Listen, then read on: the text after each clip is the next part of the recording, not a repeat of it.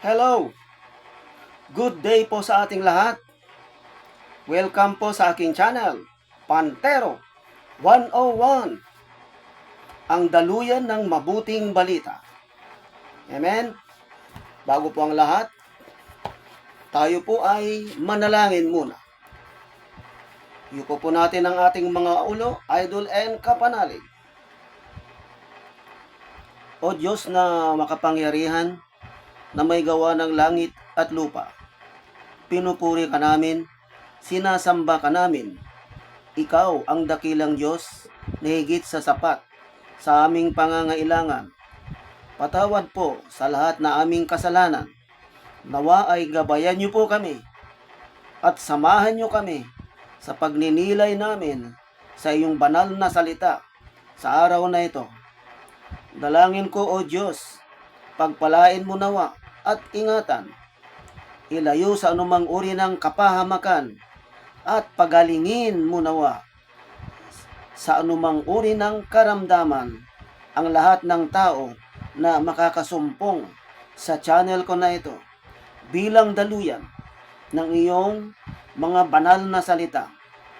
Ito po ang aking samo at dalangin sa pangalan ni Jesus. Amen. Alright. Okay, salamat po sa inyong pagsabay sa ating panalangin. Okay, welcome. Shout out sa mga viewers ko, sa mga viewers na nakatunghay ngayon, sa aking subscribers, sa aking channel members. Shout out po sa inyo mga channel members ko. Okay, mga 20 na kayo lahat na channel member. Sana ay madagdagan po. Request ko po sa iba dyan. Maki-join na po kayo sa channel ko na ito. Tsak yun. Hindi po masasayang ang inyong pakikipag-isa sa channel ko na ito. At samahan niyo po ako sa buong araw, sa buong panahon ng ating pagninilay sa mga banal na salita ng ating Diyos amang makapangyarihan. So, okay, bago po tayo magpatuloy, babasahin po natin ang banal na salita na ating pagsasaluhan sa sandaling ito, sa araw na ito. Narito po ang kanyang mabuting balita. Philippians 4 verse 9 or Pilipos. Philippians or Pilipos in Tagalog, chapter 4 verse 9. At ang sabi, whatever you have learned or received or heard from me or seen in me, put it into practice, and the God of peace will be with you. Amen? Sa Tagalog po, Pilipos chapter 4 verse 9. At sinasabi, ang mga bagay na inyong natutunan at tinanggap at narinig at nakita sa akin, ang mga bagay na ito ang gawin ninyo, at ang Diyos ng kapayapaan ay sa inyo. Amen? Okay, ang ganda, ang ganda ng mabuting balitang ito. Okay, ulitin ko mga idol and kapanalig, Philippians chapter 4 verse 9, English. Whatever you have learned or received or heard from me or seen in me, put it into practice, and the God of peace will be with you. Amen? Okay, sa Tagalog naman, Pilipos chapter 4 verse 9. At sinasabi, ang mga bagay na inyong natutunan at tinanggap at narinig at nakita sa akin ang mga bagay na ito ang gawin ninyo. At ang Diyos ng kapayapaan ay sa inyo. Amen? Purihin po ang banal na salita ng Diyos. Okay. So, shout out muli sa aking mga viewers, subscribers, at channel members, at sa mga baguhan lang sa channel ko na ito, maging lahat ng mga manunood pa sa playback nito, wala ko yung gagawin kundi ang makinig, at sumampalataya. Pagkatapos, subscribe na. Amen? Para lumago tayo, mga idol and kapanalig. Okay? Ang sabi dito, may mga apat na kataga. Apat na words na binanggit ng Diyos sa atin, na kanyang sinabi dito sa kanyang mabuting balita na ito, Ang binabanggit dito ay yung natutunan mo sa kanya, in English, learn. Yung tinanggap mo sa kanya, in English, na-receive. Yung narinig mo sa kanya, yung heard mo, in English, at yung nakita mo sa kanya, you have seen. Amen? Okay. Uulitin ko, mga idol and kapanalig, may apat na kataga, na binanggit ng Diyos sa ating pinagninilayang banal niyang salita sa araw na ito, So ito, tandaan po ninyo ito, idol and kapanalig, apat. Ang sabi, lahat na natutunan natin sa Kanya. Number 1, lahat ng tinanggap natin sa Kanya. Number 2, number 3, lahat ng narinig natin sa Kanya. Number 4, lahat ng nakita natin sa Kanya. 4. Amen? Ulitin ko, in English. Whatever you have learned,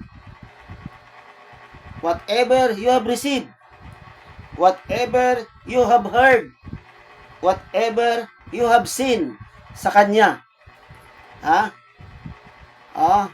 Ano daw ang gagawin? Ulitin ko, lahat ng natutunan sa Kanya, lahat ng tinanggap natin sa Kanya, lahat ng narinig natin sa Kanya, lahat ng nakita natin sa Kanya, ay, ang sabi, ang utos, gawin natin. Amen? Ulitin ko, in English naman, para sa mga non-Tagalog spokening, in English, what you have learned, whatever you have learned, whatever you have received, whatever you have heard, whatever you have seen, ang utos ng Diyos, put it into practice. Amen? Okay. Di ba? Kasi, bakit? Bakit nasabi niya? Kasi lahat ng natutunan sa Kanya, lahat ng tinanggap natin sa Kanya, lahat ng narinig natin sa Kanya, lahat ng nakita natin sa Kanya, ay put it into practice. Gawin daw natin yon. Bakit? Bakit? Sige, bakit? Tanungin mo, bakit kaya?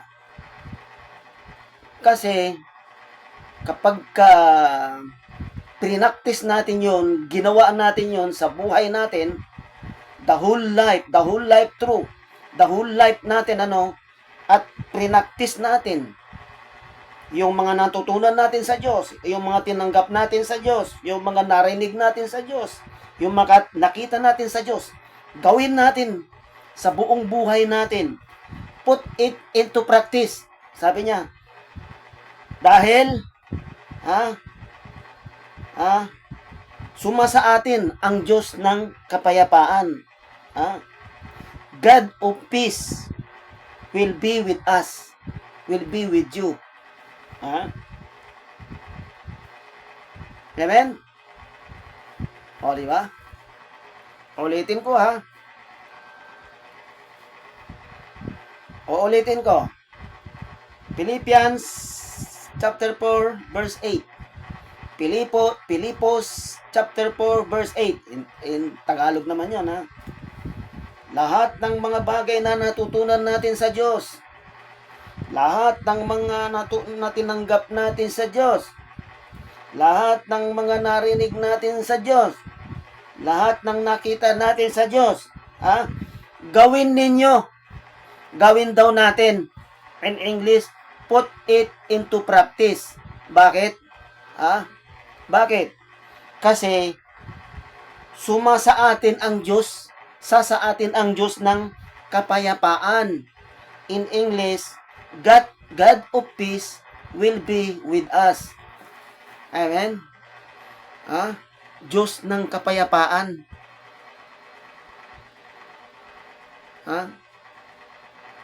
Nakuha nyo ba, mga idol, ang kapanalig? Okay. I-discuss natin ito, ano ba yung natutunan natin sa Diyos? Number 1, ano ba yung natutunan natin?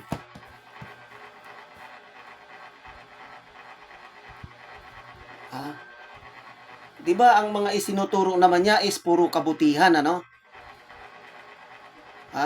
Lahat naman ng itinuro ng Diyos sa atin, ang gusto niyang mangyari sa buhay natin, ano, ay puro kabutihan. Di ba? Amen?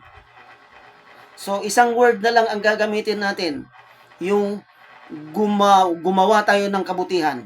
Ano? Lahat ng natutunan natin na mabuti sa Diyos. Okay. Isang word na lang ang gamitin natin para hindi tayo malito, ano? Yung word na yung ginawa na niya mabuti, ano? Mabuti.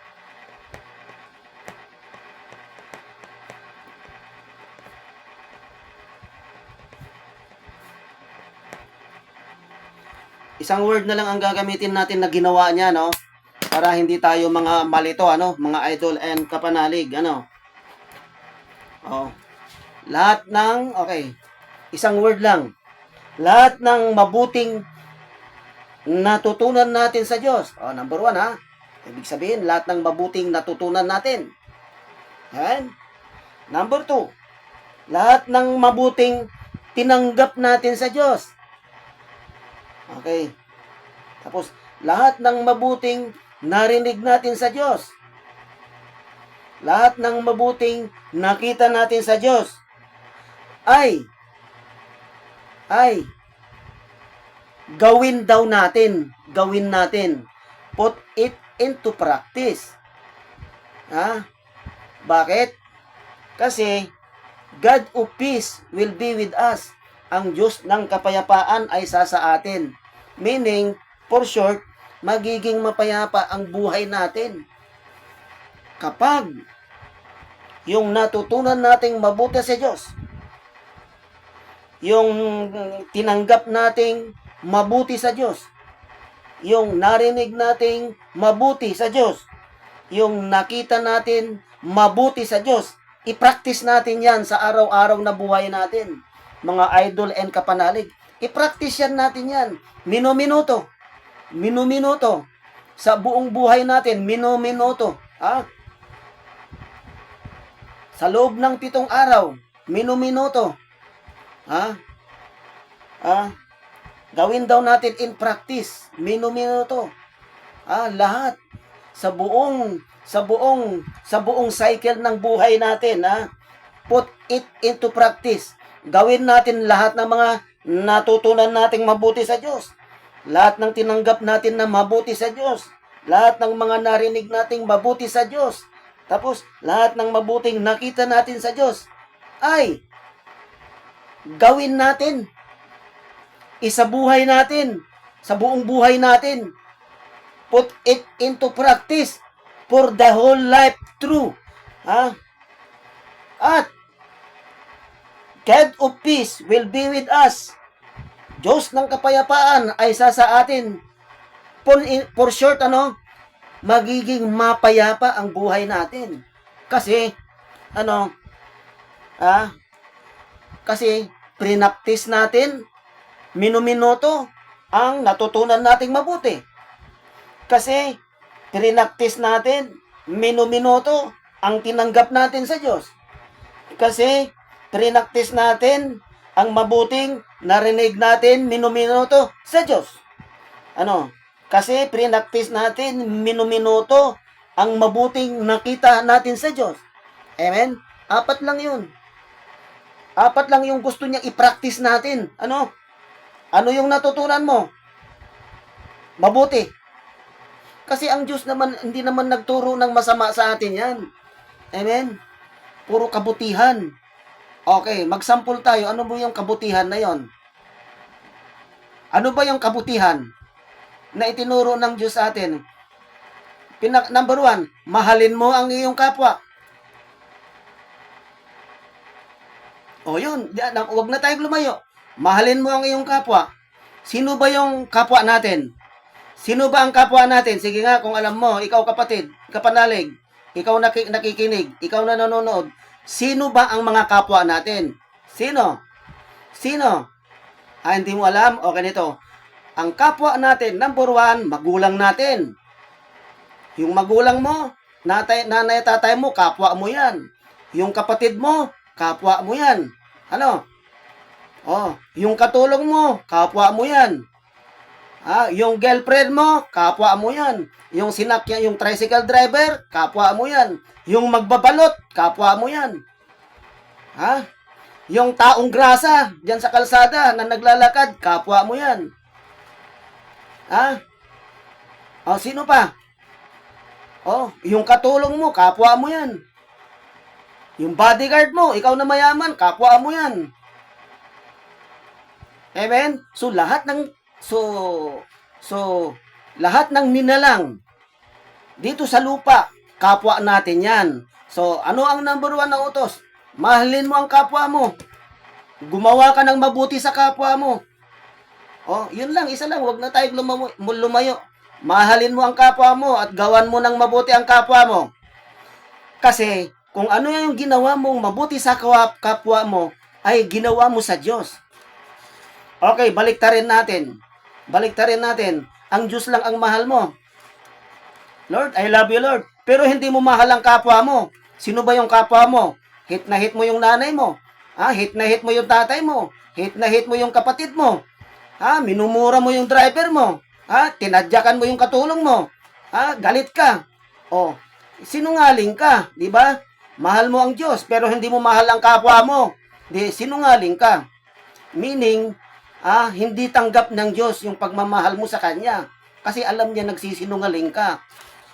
Amen? So, yan yung number 1 na itinuro ng Diyos sa atin. Mahalin natin ang kapwa natin. Gawan natin ng mabuti ang kapwa natin. Amen? Ano ba yung paggawa ng mabuti sa kapwa? Number 1, basic na lang, yung basic. Halimbawa, nakita mo, hindi kumakain, pakainin mo. Nakita mo yung kapwa mo, nagugutom, pakainin mo. May pumasok sa bahay mo, kumatok, nanghingi ng tubig, painom po, painumin mo. Amen? Ganun yung mga simpleng paggawa ng mga simple lang yun paggawa ng mabuti sa kapwa. Painumin ang mga nauuhaw, pakainin mo ang mga nagugutom mong kapwa. Amen? Yun, pinaka-basic ng paggawa ng mabuti sa kapwa.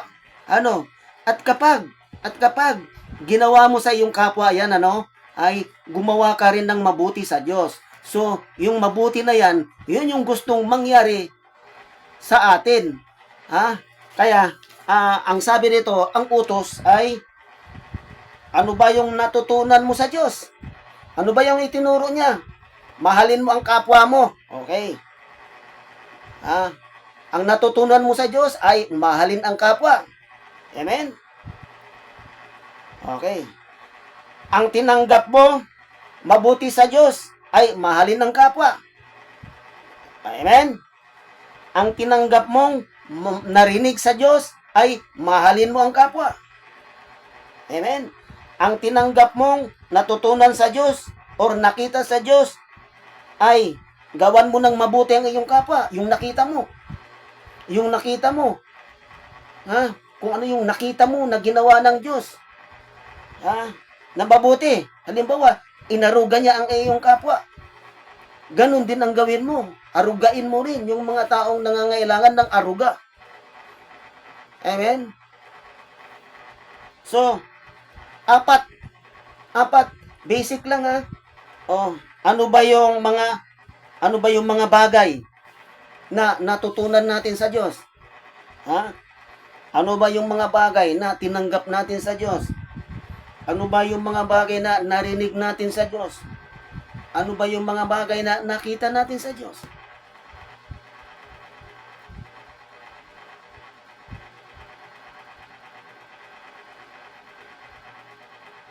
Amen?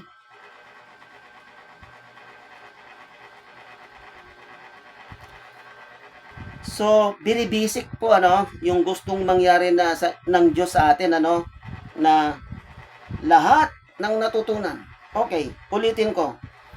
Yung mga natutunan natin, meaning may itinuro siya Meron siyang itinuro na natutunan natin. Meron siyang itinuro na tinanggap natin. Meron siyang itinuro na narinig natin. Meron siyang itinuro na nakita natin. Amen? Okay, punta tayo dito sa nakita. Yung word na nakita. Actually, hindi natin kasi makikita ang Diyos na personal na tao na makikita mo siya. Yung term na nakita mo sa Kanya, kasi nga hindi nga natin siya nakikita, di ba? Sabihin mo, paano nakita? Hindi naman natin nakikita ang Diyos. Ano yung nakita natin? Ganito yan, mga kapatid, Actually, hindi natin nakikita ang Diyos. Nararamdaman natin yan. Parang yung hangin, di ba? Ang hangin, hindi mo nakikita, pero nararamdaman mo. Ganun po. Kasi Holy Espiritu lang siya. Holy Spirit. Sample ko na lang yung hangin. Hindi natin nakikita ang hangin, pero nararamdaman natin siya. Ganyan po kung maghari ang Diyos sa atin. Amen? Ganito. Kapag nakakita ka ng isang taong may tinulungan, halimbawa, nakamotor ka, nakikita ka ng isang tao, may dumadaan sa gitna ng kalsada, tapos may humintong lalaki, inalalayan yun. Halimbawa, matanda. Usually, palagi kung may nakikita, yung matanda. Halimbawa, may matanda. Tumatawid sa kalsada. Tapos may isang tao, inalalayan siya. Bumaba sa sakyan niya, tapos inalalayan niya yung matanda hanggang sa makatawid. Amen? Meaning yung tao na yon, gumawa ng mabuti sa kapwa niya, tinulungan niyang tumawid yung kapwa niya kasi nahirap na hirap dumaan kasi nga naglilipa ng ang mga sasakyan So ang ginawa nung tumulong, itinaas niya ang kamay niya. Kumbaga nag-traffic siya. Sandali, trinapik niya. Tapos tinulungan niya ngayon na dumaan yung matanda sa kalsada. Kitang-kita mo yun, di ba? Na yung tao, tinulungan niya yung matanda na tumawid sa kalsada. Kasi hirap na hirap tumawid. So may isang tao, tumawid, pinatawid niya yung matanda. So nakikita mo ngayon. Hanggang nung nakatawid na, bumalik na yung tao na yun sa sasakyan niya. So kinaharurot na rin. Yung tao na yun na nakita mong tumulong sa matanda, yun na yun. Nakita mo na ang Diyos sa katauhan ng tao na yun. Amen? Amen? Naiintindihan mo ba, kapatid? Ha?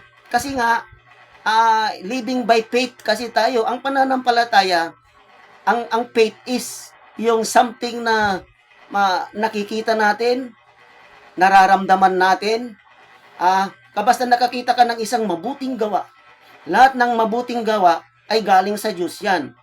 Meaning, yung lalaki na yun, na tinulungan niyang tumawid yung tao, nakita mo mismo, kasi ang sabi mo paano ba makita ang Diyos na paano ba, hindi naman natin nakikita ang Diyos na gumawa. Kasi, totoo ka, hindi natin siya nakikita na gumawa siya. Kasi, kailanman wala pang nakakakita sa Diyos, maski si Moises. Nung panahon ni Moises, nakikita niya, nagsasalita, tinig lang, tapos bulang apoy, tapos sobrang liwanag. Hindi mo talaga actually makikita by your naked eyes ang Diyos. Kasi sobrang maliwanag yan. Sobrang kaluwalhatian kasi ang Diyos. Hindi natin kayang titigan ng mata sa mata yan. Or nagpapakita yan nung time ni Moises, nakakakita yan ng apoy na naglalagablab. Bulong apoy naglalagablab or sobrang maliwanag. Hindi niya nakikita. Naririnig lang niya ang boses ng Diyos noon nung panahon ni Moises. Ganon din sa panahon natin ngayon. Ang tanong mo, hindi naman natin nakita yung ginawa ng Diyos.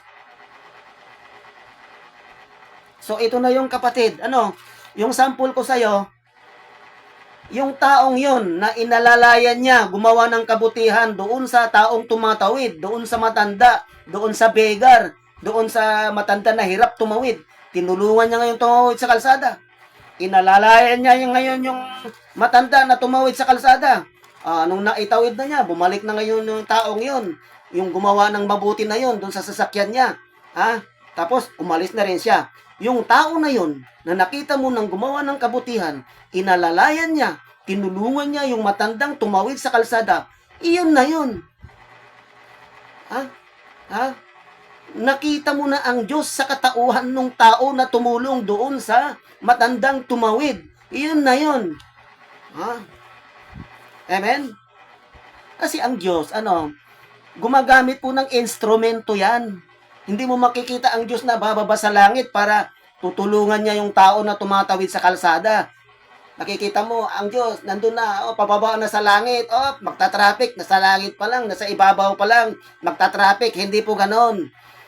Gagamit siya ng instrumento, gagamit siya ng tao, kagaya yung tao na yon, hinipo niya ang utak nun, anak, tulungan mo nga muna yon. Okay, lumabas naman yung tao, naisip niya, tulungan ko nga yun, pero, wag ka. Kaya lumabas yon para tinulungan niya ang tao kasi binulungan siya ng espiritu.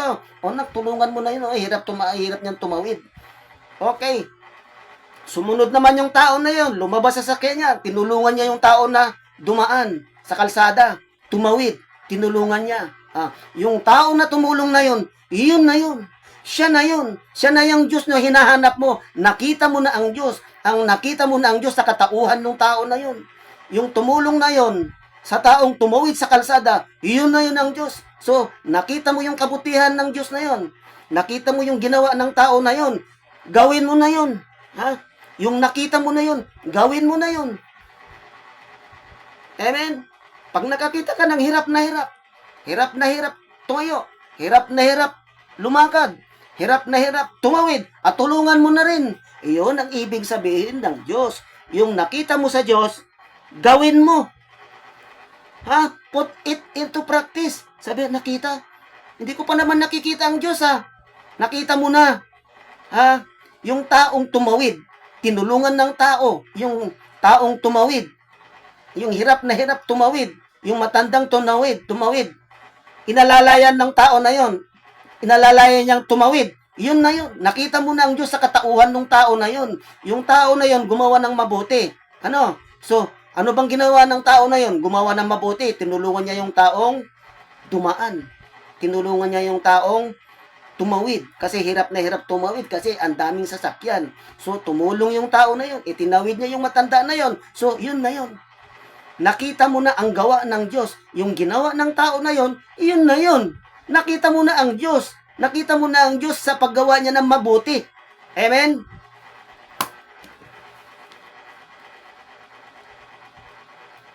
O, di ba? So, ulitin ko ha. So, wala namang lahat na itinuturo ng Diyos ay puro kabutihan. So ano? Kung ano yung natutunan mong mabuti. Ano ba yung natutunan mong mabuti sa Diyos? Diba? Ang sabi, pakainin. Pakainin mo yung mga nagugutom, di pinakain mo. Okay, natutunan mo na sa Diyos yun. So, ano ba yung mga tinanggap mo sa Diyos na mabuti? Tinanggap mo. Tinanggap mo ang Diyos bilang hari at tagapagligtas mo. Tinanggap mo, di ba? O tinanggap mo. I-practice mo na yun. Okay. Ano ba yung narinig mo sa Diyos? Ano yung narinig mo sa Diyos? Ang sabi niya, huwag kang papatay. O huwag kang papatay. I-practice mo na yun. Minuto, i-practice mo na yun. Ano ba yung nakita mo sa Diyos na ginawa niya? Yung kanina, yung sample ko. Yung may tumawid na matanda. Tinulungan ngayon ng tao na yun. Kasi hirap na hirap tumawid yung matanda. Ang dami sasakyan. Tinulungan ngayon ng matanda. Okay, hanggang sa naitawid na niya, hanggang sa bumalik. Iyon na yun. Nakita mo yung ginawang kabutihan ng Diyos sa tao na yun na tumawid. So, yun na yun. Put it into practice. Amen? So, lahat ng mga natutunan natin na mabuti sa Diyos, gawin ninyo. Gawin daw natin. Pati ako. Lahat tayo. Gawin natin. In English, put it into practice. Amen? Lahat ng mga mabuting tinanggap natin sa Diyos, gawin natin. Gawin ninyo. Put it into practice. Amen? Okay. Lahat ng mabuting narinig natin sa Diyos, gawin ninyo. Or gawin natin. In English, put it into practice. Amen? Lahat ng mga nakita nating mabuti, lahat ng nakita nating ginawang mabuti ng Diyos, gawin natin. Gawin ninyo. Put it into practice. Bakit? Kasi, sa atin ang Diyos ng kapayapaan. God of peace will be with us. In short, magiging payapa ang buhay natin. Magiging payapa ang buhay natin. Bakit? Kasi, prinaktis natin yung lahat ng natutunan natin sa Diyos. Prinaktis natin lahat ng tinanggap natin sa Diyos. Yung mga prinaktis natin, lahat ng narinig natin sa Diyos. Prinaktis natin lahat ng nakita nating mabuti sa Diyos. So, magiging payapa ang buhay natin. So, sa atin ang Diyos ng kapayapaan. God of peace. Amen? God of peace. Diyos ng kapayapaan ay sa atin. Kapag prinaktis natin, minuminuto, ang lahat ng natutunan natin sa Kanya, ang lahat ng tinanggap natin sa Kanya, ang lahat ng narinig natin sa Kanya, at lahat ng nakita natin sa Kanya, na mabuti, at prinaktis natin, ginawa natin, minuminuto sa buong buhay natin, sa atin ang Diyos ng kapayapaan, God of peace. Or, magiging payapa ang buhay natin, mga idol, kapanalig, and kapatid. Amen?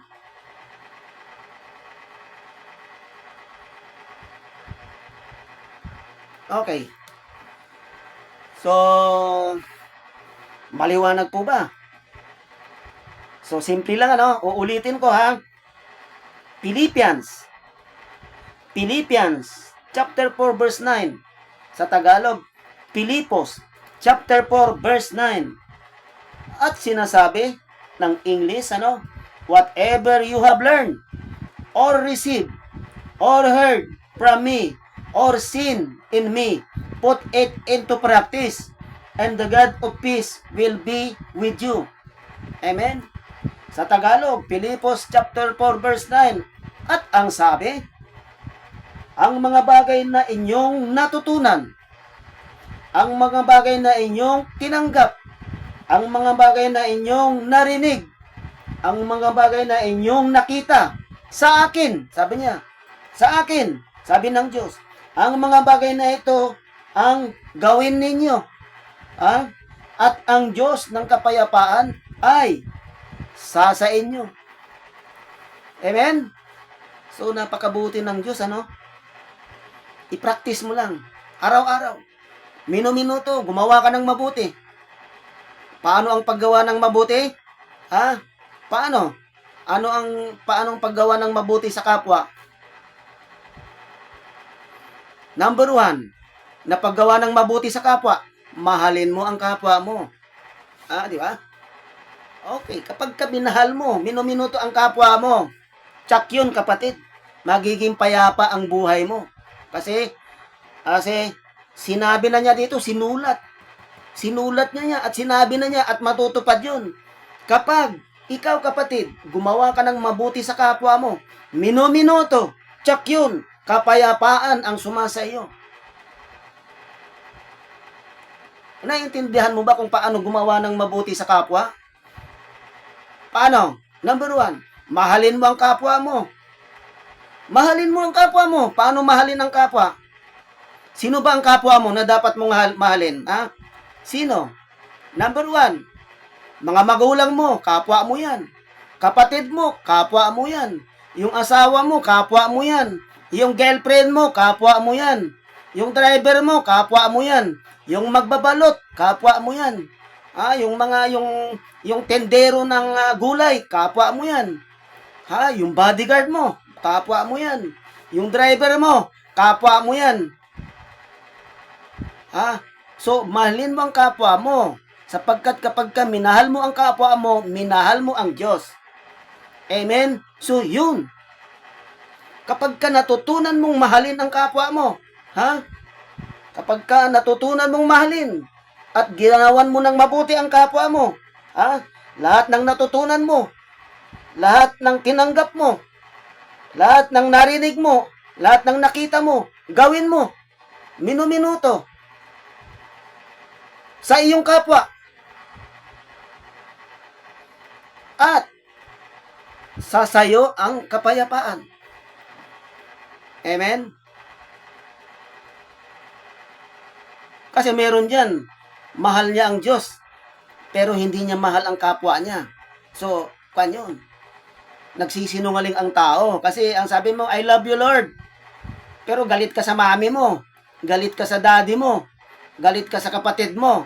Sinungaling ka, hindi mo mahal ang Diyos na sinasabi mo. Bakit? Hindi mo nga mamahal-mahal yung kapwa mo yung kapatid mo yung anak mo yung nanay mo minumura mo meaning, hindi mo rin mahal ang Diyos. Kapag ka sinabi mong I love you Lord, pero hindi mo mahal ang kapwa mo, nagsisinungaling ka, idol and kapanalig.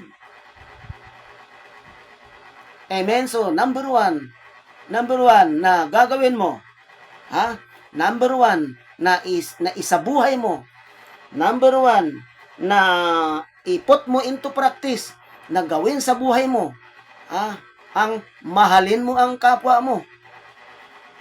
Yung natutunan mo sa Diyos, na mahalin mo ang kapwa mo. Yung natutunan mo sa Diyos, na tinanggap mo ang kapwa mo.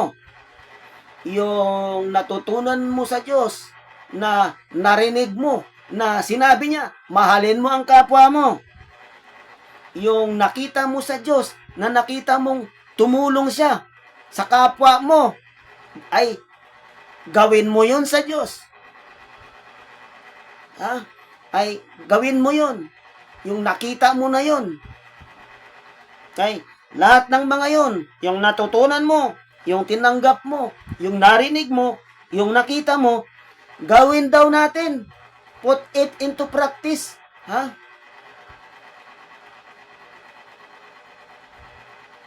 Gawin daw natin yon. Put it into practice sa buong buhay natin. Ha? Ulitin ko ha.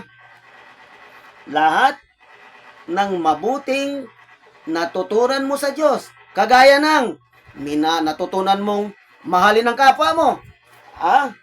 Kagaya ng natutunan mong tanggapin ang kapwa mo. Di ba? Kagaya ng natutunan mong pakinggan ang hinaing ng kapwa mo. Amen? Kagaya ng nakita mong pagtulong, yung nakita mong pagtulong ng Diyos sa kapwa mo, ay gawin mo rin yun. Put it into practice. Nakita mong ang Diyos tumulong sa kapwa mo. Yung taong yun, tumulong para itawid yung matanda sa kalsada. Nakita mong ginawa ng tao na yun na yun ang Diyos, yun na yung nakita mo. Gawin mo yun sa buhay mo. So, lahat ng natutunan natin sa Kanya, lahat ng tinanggap natin sa Kanya, lahat ng narinig natin sa Kanya, lahat ng nakita natin sa Kanya, ay gawin natin minuminuto sa buhay natin. Ha? Put it into practice sa buong buhay natin. Ha? At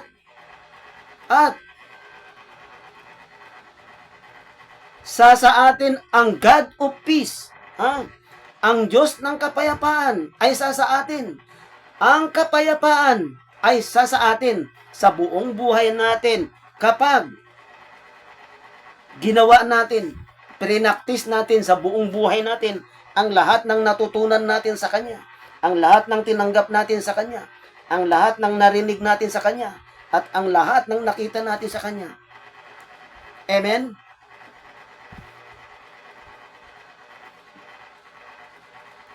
So, mga idol and kapanalig, amen po ba?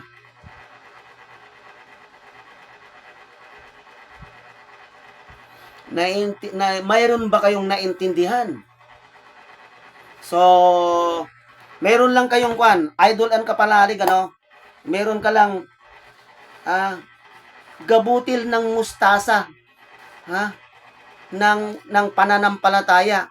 Alam mo yung butil ng mustasa? Mas maliit yun. Yung butil ng mustasa, yung buto ng mustasa. Diba maliit yun, pino? Mas maliit pa yun sa diba? Munggo. Meron lang kayong ganun. Butil ng mustasa ng pananampalataya. Idol and kapanalig. Check yun. Ha? Yung narinig mo ngayon, na pinagnilayan natin, meron ka lang gabutil ng mustasang pananampalataya sa narinig mo ngayon. Yung apat na itinuro niya yon, yung itinuro niya, kung ano yung natutunan, kung ano yung tinanggap, ano yung narinig, at ano ang nakita. Sa nakita mo na yon, sa natutunan mo ngayon, sa tinanggap mo ngayon, sa narinig mo ngayon, at sa nakita mo ngayon, meron ka lang gabutil ng mustasang pananampalataya sa Diyos. Tsak yun. Answered prayer ka na, kapatid. Ha? Answered prayer ka ngayon sa kahilingan mo. Yung matagal mo nang hinihiling. Sa araw na ito. Granted. Amen? So, magalak ka na. Okay, palakpakan natin. Tuwang-tuwa siya, So, kapag ka idol, idol and kapanalig, ikaw ngayon. Kapag, nangyari yon, nag-grant, natupad, answered prayer ka, sa iyong panalangin, sa inyong request ngayon sa Diyos, sa pagkarinig mo, sa kanyang mabuting balita na ito, i-chat mo ako, i-inform mo ako, i-chat mo lang ako. Sabihin mo lang, Pantero 101. Magalak ka. Natupad ang kahilingan ko. Through your channel. Natanggap ko na Answered prayer na ako. Ganun lang sabihin mo ha, idol ha. Amen? Amen kasi mababasa ko naman yan eh. Amen? Amen? Amen. Okay, bago